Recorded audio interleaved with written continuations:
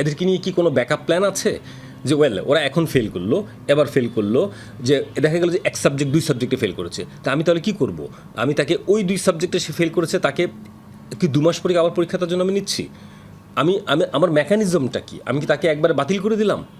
তো এই পুরো বিষয়টা নিয়ে আমাদের আসলে পলিসিগতভাবে কোনো নীতিমালা, যে আমরা যে বারবার যে বলি যে শিক্ষার জন্য একটা নীতিমালা, এই নীতিমালাটা না থাকার কারণেই কিন্তু এই সমস্যাগুলো হচ্ছে। প্রশিক্ষণ দেওয়া হবে কিভাবে মূল্যায়ন করতে হয়, তো সেই মূল্যায়নের পদ্ধতি ছাত্রদেরও জানা থাকতে হবে, তো যাতে তারা ভালো করে লিখতে পারে। আমাদের যে মূল্যায়ন ব্যবস্থার যে ত্রুটি, এই ত্রুটির কারণে আসলে এই রেজাল্টটা হয়েছে। আমরা জানি না প্রশ্ন কীভাবে করতে হয়, প্রশ্ন করতে হয় কারিকুলামের উপর ভিত্তি করে। এসএসসি 2026 পুনরায় পরীক্ষা নিয়ে অর্থাৎ যে সকল শিক্ষার্থীরা ফেল করেছে, শিক্ষাবিদরা মনে করে যে অনেক শিক্ষার্থী রয়েছে যে এক্ষেত্রে দেখা গেছে যে একজন শিক্ষার্থী মাত্র একটা সাবজেক্টে দেখা যায় যে 1 মার্ক অথবা 2 মার্কের জন্য তারা ফেল করে গেছে। তাদের এতে পুনরায় একটা বছর তাদের নষ্ট হচ্ছে, পুরো বছরটাই কিন্তু নষ্ট হয়ে যাচ্ছে। প্রায় 6 লাখ থেকে 6.5 লাখ, প্রায় 7 লাখের কাছাকাছি শিক্ষার্থী কিন্তু ফেল করেছে। এতে অনেক শিক্ষার্থীরা কিন্তু কলেজে ভর্তি হতে পারবে না, এতে অনেকে ঝরে পড়বে।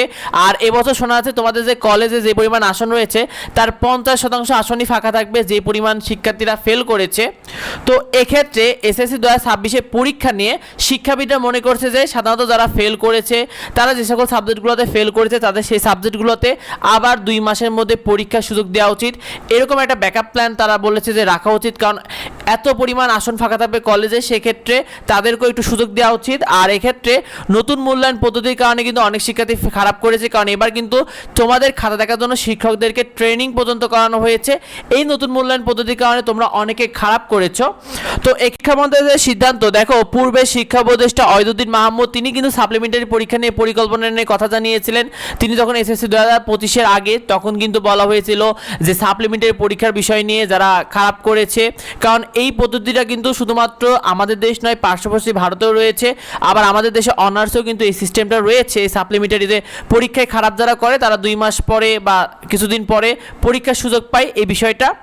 তবে এই বিষয় নিয়ে শিক্ষা মন্ত্রণালয় থেকে এবছর কোনো চূড়ান্ত সিদ্ধান্তের কথা জানায়নি যে তোমাদের এই পরীক্ষা নিয়ে কী করবে। তো তোমরা কি মনে করো এই বিষয়টা? শিক্ষার্থীরা অবশ্যই এই বিষয়টা নিয়ে বেশি বেশি কমেন্ট করো, যাতে অন্যদের এই বিষয়টা নজরে আসে, অন্যরা যাতে তাদের এই মতামতটা জানাতে পারে। পরবর্তী আপডেট হবে, তো অবশ্যই আমাদের সাথে যুক্ত হও। দেখা হয় পরবর্তী ভিডিওতে। ধন্যবাদ সবাই।